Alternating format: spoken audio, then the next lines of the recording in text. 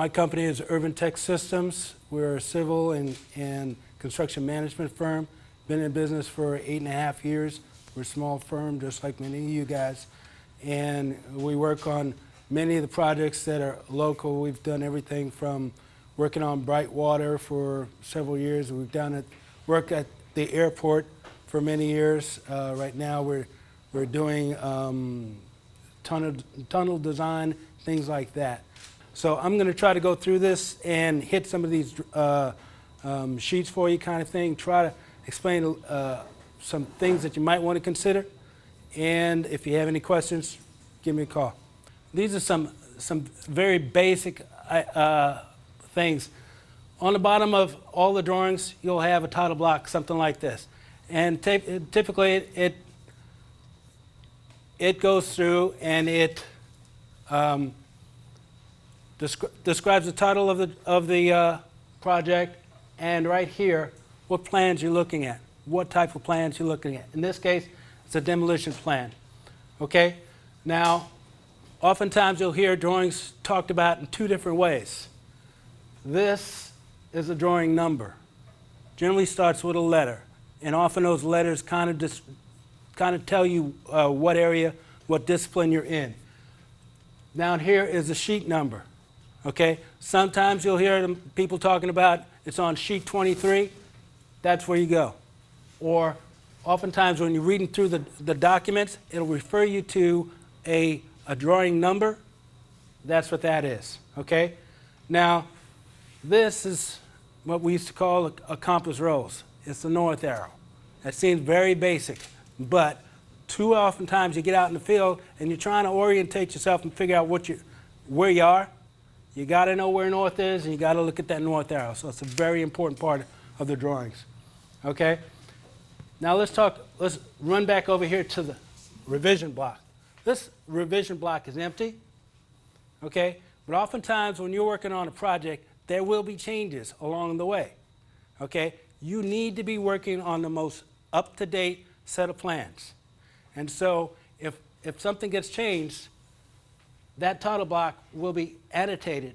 There'll be a symbol in there. They'll tell you this is, addendum 1 or whatever kind of thing, and then you'll typically see that on the drawings.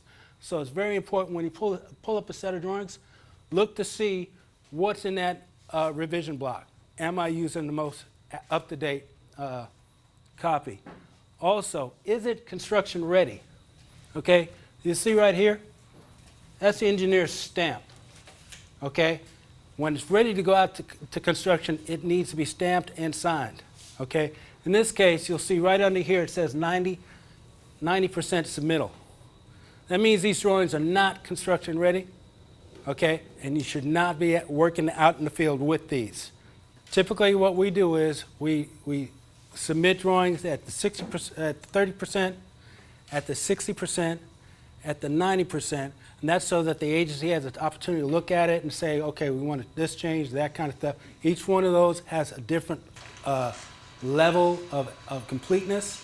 And so from 90 to 100, basically at 100 it should be construction ready, and that's when you say, okay, these are the final drawings. I stamp it, I sign it. That's the set that you take out in the field.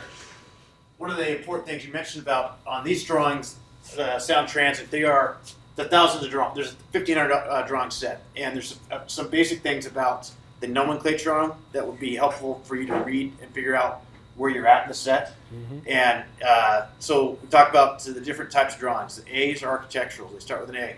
The E's are electricals. The M's are mechanical. Those are pretty basic. But then there's some other things that are in those drawings that can help you figure out where you're at. So if it starts with an A and a P, AP is a plan drawing. AE is elevation, the elevation of the drawing. AD is detail. And so those things, as you're going through, flipping through the table of contents will help you figure out exactly where you're at and where you want to be. And additionally, the sheet numbers, particularly when you're on the electronic sets of drawings, are usually easier to be able to figure out and flip to than just when you go to the table of contents and try and figure out, oh, I want to go to AR 206. It's much easier to go, oh, I need to get to sheet if you go to that table of contents, it'll reference both the drawing number and the sheet number. And so going back and saying, okay, I need say it's AE 206, that's sheet number 206. Okay, and I can flip down to the sheet number in the PDF and say, oh, I need to get to sheet 200 to get to that point. So that's the easiest way to find where you're at and try and get to the right spot in the drawings, because with the 1,500 drawings, it's really difficult to actually flip through one at a time to get there. So just from a general standpoint of navigating through those, that's the best way to get through that big drawing set. So. Thank you, Dave. But yeah, the very first part, when you turn over the cover, the very first part, like I said, of the table of contents, and you've got abbreviations and symbols, those things are really, really important. You can't make it through the set of drawings without that. So as Dave was saying, these things up front and knowing how to work your way through it is really how you get through that stack of drawings. Okay, and like I said, oftentimes you'll be referred to sheet 156. You'll be able to quickly zip down through it and get to that drawing. Okay? So these are basically your abbreviations. Next sheet. And there's good information. Here it tells you what the line types are and what the symbols are. Next one. These are your civil abbreviations and symbols, and you'll see that for the mechanical section, electrical section, the architect, all the different break sections, divisions and whatnot. So you need to be able to go to that. If you have any questions, you're going through the drawings and you don't know what that abbreviation is or something like that, that's where you go to figure it out. Generally, you'll have your notes. Oftentimes on these drawings, you'll have construction notes and you'll have what I call general notes, okay? And, as the AE folks, we're the ones that write this, put these on the drawings, and oftentimes this will just kind of give you a quick understanding of what are some of the things that are in there.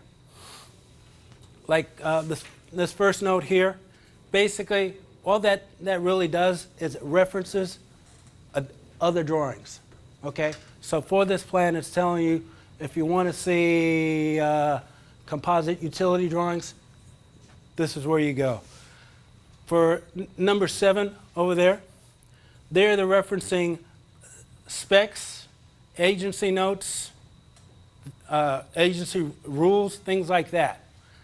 Typically, you'll get all these drawings and whatnot, but a lot of times they're referencing other documents.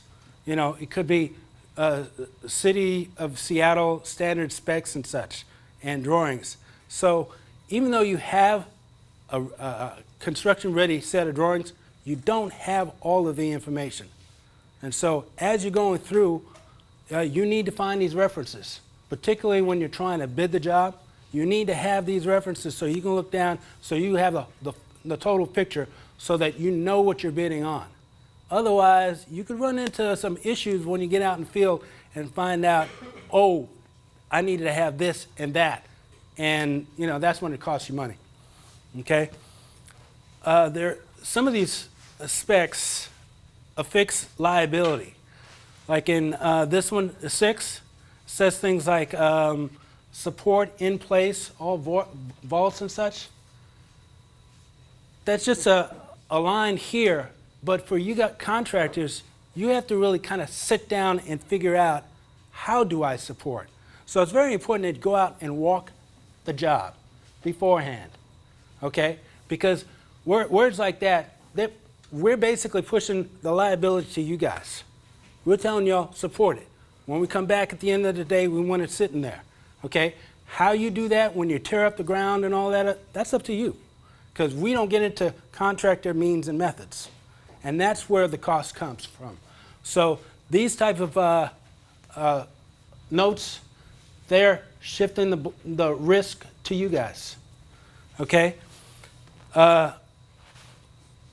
Notes like this one, pavement depth shown as our approximate, there we're relieving the liability from the owner, We're saying, yes, we've gone out, we've looked at these things, but we don't know. Oftentimes we're using as-built, we're using old historic records and whatnot. And so you guys need to go out there, you guys need to figure out what it is. We're telling you approximately where it is, but as far as your quantities and things like that, that's up to you. So you have to understand what some of these notes are actually saying and doing. Note 10, basically, that's just giving directions. We're saying maintain access for, say, emergency vehicles, things like that. We're telling you these are things that you have to consider out there. And then, like note 9, basically, that's defining conditions. You know, so basically, that's kind of explaining to you what is considered the root ball of a tree, so that when you guys are working around it, you don't go out and kill it. Because if you kill it, we find it, you guys end up paying for it. Okay? So that's kind of understanding how these notes are laid out. And as we go through, I'm not really going to touch on notes and stuff like that too much after that, because this basically kind of tells you what kind of notes, what kind of things these notes are telling you. Construction notes. Okay, typically those are the ones that are circled and with leaders, and they're basically pointing out something in particular and saying, okay, remove the construction wall and gates. So it's telling you where to remove this particular piece of concrete curb. So that's what these notes are kind of doing. They're telling you where notes are particular, and they tend to be geographic. So they're telling you, in this area, do this. Okay? Unless, of course, you see something like that. It says TYP, which is typical. And that says that's a non-specific note. It, in some places, telling you, do this, but this is very typical. You'll see this other places. And so, you know, do the same thing to all of them. We're not sitting out, we're not counting these things out. You guys need to be out there walking the ground, finding these things and say, oh yeah, that's one of these. So we're gonna have to figure out how much it's gonna cost to do this piece, okay? So watch out for typical, because that means you're gonna have to walk around and find where these things are. And then there are pavement call-outs that are these on these drawings. And basically what that's doing is telling you how deep the pavements and what the conditions are that it's sitting on, that type of thing. Alrighty? So oftentimes when you're looking at, say, there may be 5 demo drawings, okay? Many of the notes in that group are going to be the same from sheet to sheet, but that's not necessarily the case. So you have to look at it to see if there are any additions, because you're responsible for everything on those drawings. On these drawings, I don't know, many of you guys are already in the field working with these things. You know these drawings, you know, so I'm talking to the choir here. You understand what a match line is, things like that, but there are some that maybe not. So this here, on all the edges here, are match lines, okay? It means that basically, if you go to the next sheet, which is called out right there, okay, then that sheet will match up there more or less. And so you can see the picture from here to there, all right? So that's what these match lines are. Hatching and shading and patterns, like you're seeing here. Again, if you go back to like the civil symbols sheet, it'll tell you what those AutoCAD hatching and marks are, so that you can kind of see, you know, this might be the asphalt area. I can't really see any of it from here. So this might be asphalt, that might be concrete. So it's telling you what's on the drawings, okay? Stationing, many of you guys probably understand stationing, but that's how we block off the areas and tell you what the distances are. So stations are in 100-foot reaches, and this goes way back, so not to be PC or anything, you know, back in the day we call that 100 balls, okay? And so 143.5 is 100 plus 4350. That's how you read stationing. Okay, on these drawings, you'll see basically the stations are R, number, and then right or left. And one of the drawings on here kind of shows you what the orientation is. And I believe basically where they did was they just took the right side of the zero dimension and the left side. So anything on the right side of R so-and-so, and then you might have the right side of the road, the left side of the road. Okay? Next, sir. So this is the grading plan. This is what this looks like. And you'll see these broken lines here. Basically, those are contours. Those are lines of equal elevation. So if you were to take a rod and take shots along here, you'd be getting the same elevation. If you step out of that, your elevations may be changing. Okay, so that's basically what contours are. Next shot, please. And so some basic print reading, bold lines, as in those, that's new. And stuff that's kind of faded back, that's existing. Okay, so on a sheet like this, they're fading back like the landscape and such, and they're trying to show you that even though these are existing contours, right here you've got a new contour. So we're changing what the slope of the ground is right here. Okay, so here is that stationing we were talking about. Okay, at 100-foot breaks. And these are the existing, those are new. And right here, that's the ROW, which is a right-of-way line. And again, you would go back to the abbreviation if you forget what an ROW is. But typically, on government projects and whatnot, we're generally working one side of the right-of-way to the other side of the right-of-way. Okay, generally we try to stay off of private property. Okay, next, sir. So then as we're talking about elevations and whatnot, this is the realm, if you will, of your surveyors largely. There are lots of different datums. Datum is really defining where you're starting and where you're calling a certain elevation.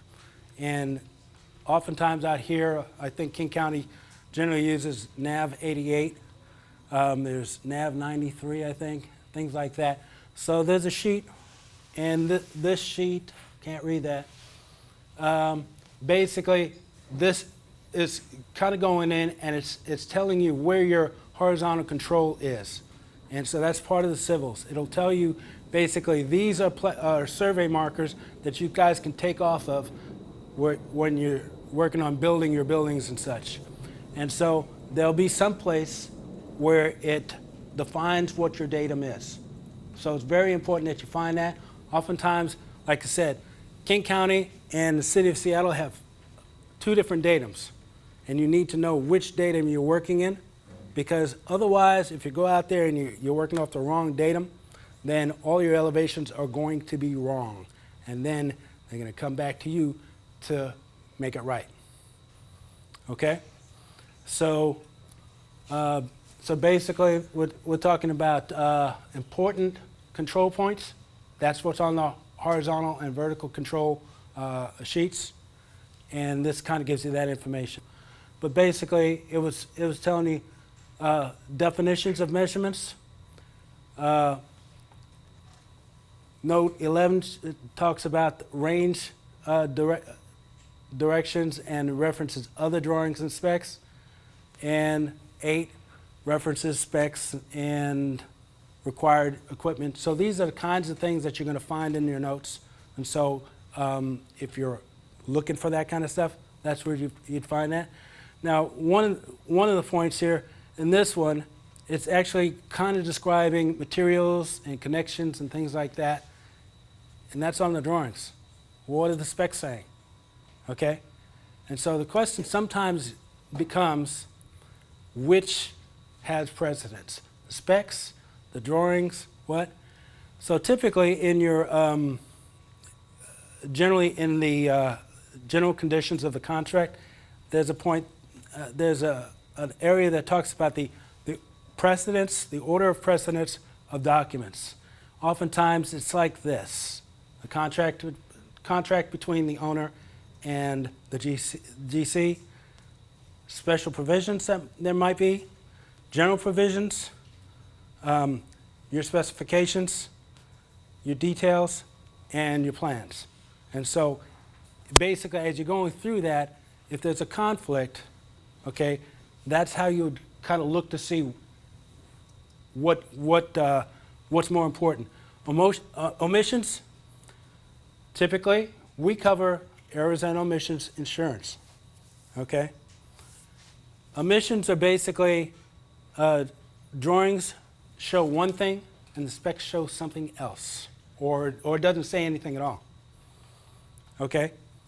And so these are areas where, you know, if you see something like that, you definitely need to write a request for information to get clarification on that, and certainly you want to try to document, okay? And conflicts often between, are conflicts between drawings, one drawing saying one thing and another drawing saying another thing, or the spec, where it's the same kind of situation.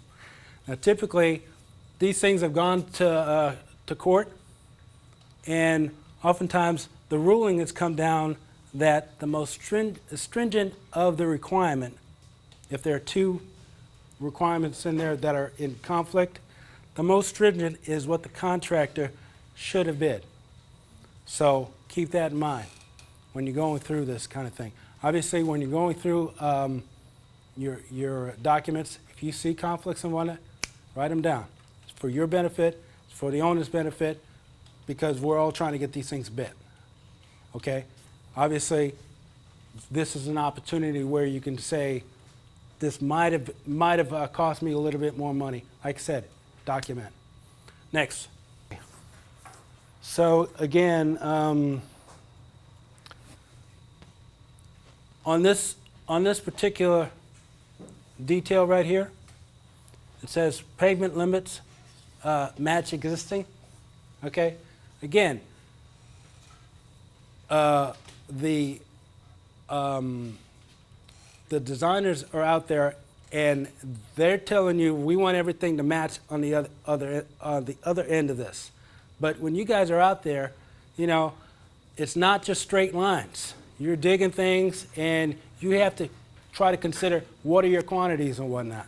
Okay? So again, walk the job and factor in any excess quantities and operational hazards. In this case, you've got an OE above there. Basically, you've got an overhead electrical in that area. How much is it going to cost you guys to avoid that while you're doing your work? These are things that you have to see if it's a problem, factor that into your bids. Okay? So when you're out there, Rory Woolley, I was watching one of the previous sessions, and he was the estimator, and he was saying, get out there and walk and build it before you build it. Okay? You saw that drawing that was up there. Question is, where are you going to stockpile your materials? Okay? Where are you going to lay down, and where are you going to have your pipe storage? Do you need to rent a yard? Your structures, when they're coming, do you have some place to lay it down, or is it going to be, just-in-time delivery? These are questions that you have to be talking to your GC about, because otherwise, if you're not asking, they're not going to provide you that information kind of thing, and you're going to be, okay, what do I do with this now? All of that costs you money. Okay, so go out there and look for these things. Where's your pipe storage and you lay down, all of this kind of stuff.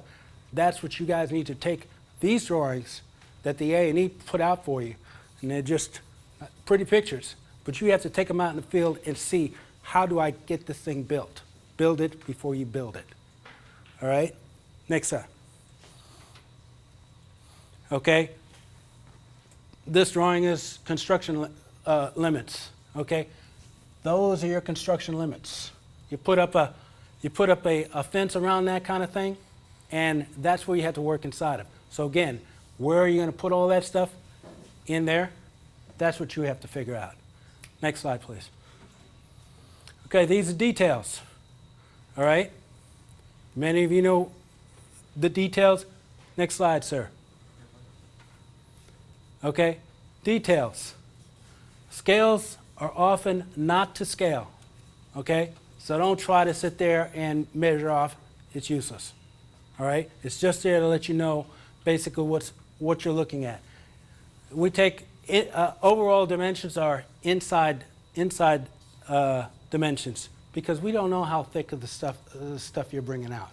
Okay? We're telling you how much space you need to have.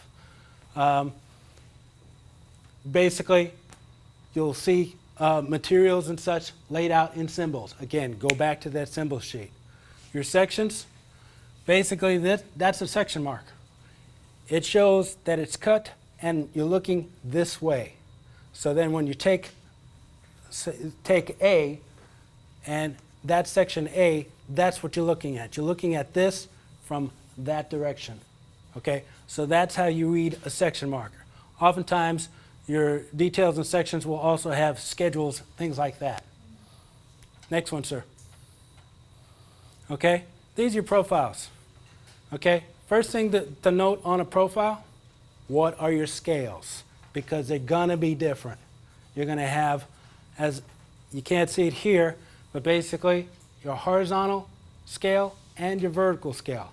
Because typically what they're trying to show you is something that's in a short area but very high, or vice versa. So figure out what your scales are. Next sheet. Often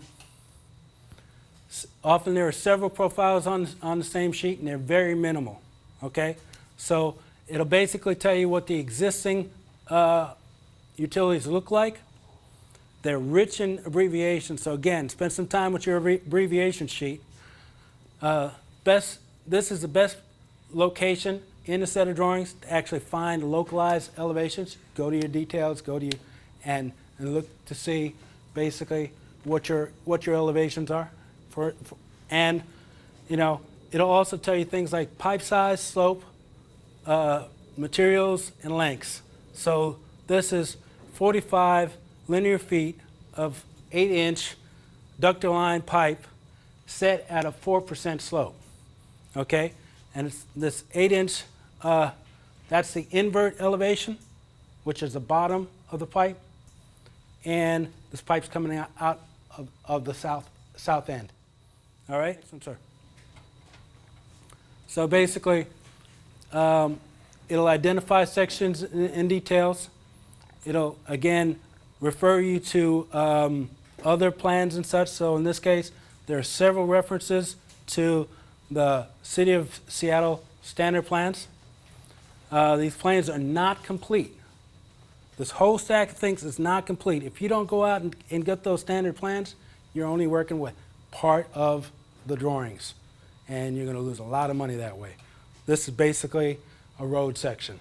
Most of this here is referring back to the City of Seattle because it's being built in Seattle. So you have to go by their standards. All right? See all of this right here, these construction drawings? This is a utility plan. Okay? All of those indicate they start with protect existing water, sewer, whatever. All of that says you need to go out and develop a protection plan for how are you going to protect these utilities when you're out there. There are about 10 pages just like that. 10 sheets. That's an awful lot that you have to, it's just a line on a piece of paper for me. I just say, go out and protect it. Okay? For you guys, you got to figure out, what's my risk? What's my liability? How am I going to protect this? How am I going to protect this in that area kind of thing? What am I going to need? What are the resources? All of that, you guys have to sit down and think through. Okay, so when you go back to that other sheet, it's like, so in this case, what is my plan to protect that water line?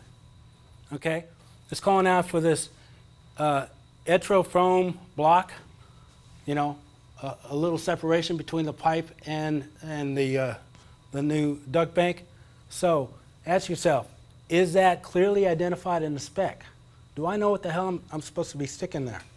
Okay, will you pothole prior to excavation? Are you ready if this pipe breaks when you're doing your work? Yeah, did you pothole? If it does break, is my foreman ready to document what's going on there? Okay, are there other locations like this? Do you know? Okay, so when you're looking at these drawings, these are the kind of questions that you need to be asking yourself because it's coming out of your pocket. Next sheet. And so this basically here is the pothole plan, all right? And it shows areas where the designer has looked at it and said, well, you know, this is a pretty close kind of thing. We probably ought to have the contractor, he might want to go pothole here so we know what we're looking at. Okay, all I've done here is kind of enlarge that little note there, and basically it says potholing plans are for informational purposes only and contractor must field verify. That's a warning. This is contractor liability. If you hit it, you break it, you own it. Okay? Next sheet. Here's your lighting plan in this situation. It's very, very similar to the other plans that we talked about. Next sheet. Basically, as you go through this, and as you go through the schedule here, a lot of this says, you know, installed by SEL. Well, okay, so you're out on a job and you don't know. One of the questions you should be asking is this going to be there when I get there? Is this going to be an existing condition or not? And do I have to sit and wait for the city to come out and do this? Again, what I'm saying there is be careful with your schedule. If anything like that, because basically in this situation, the city is your sub. And will they perform the way you need to? Because you're going to be responsible to those guys to make sure the job is done. Okay? So pay attention to schedule on something like that. Next one. Haul routes. Okay? Many of these drawings, they'll come and they'll tell you exactly how to get your stuff to and from the site. That's your haul route. You're not supposed to go anywhere other than that. A lot of this is political, you know. This is how we figured out the least disruption to the neighborhood and whatnot. If you got subs and things like that, you need to get this out to them. You need to tell them to honor this because those guys will be on your butts if they get called to the mat because people are going outside of the haul routes. And you need to drive that haul route and figure out what it's going to be like at different times of the day because you don't want your supplier stuck in traffic. Okay? So you drive those routes and you figure out what it's going to look like. Basically, here's your traffic maintenance. So what they've done is they've kind of laid out for you a couple of different temporary traffic plans. And following that, there are drawings.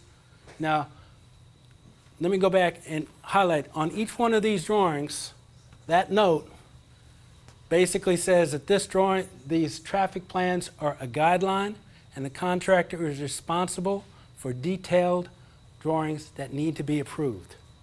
That means even though there are temporary traffic plans in there, you guys need to sit down and think through your work and what am I going to need as far as traffic plans, and then you have to take that and send it forward and get it approved. Factor that into your schedule. Okay, so again here, basically, that's your finished plan. This is what the traffic's going to look like, where your signs are supposed to be, all that kind of stuff. And your next is basically your signal plan. So in a nutshell, those are your civil drawings. One of the things I did notice in there was your TSEC plan, temporary erosion control plan.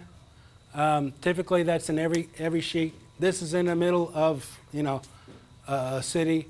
They'll be relatively simple, but no doubt there's someplace in this set of drawings that says you guys will come up with a temporary erosion control plan and submit it.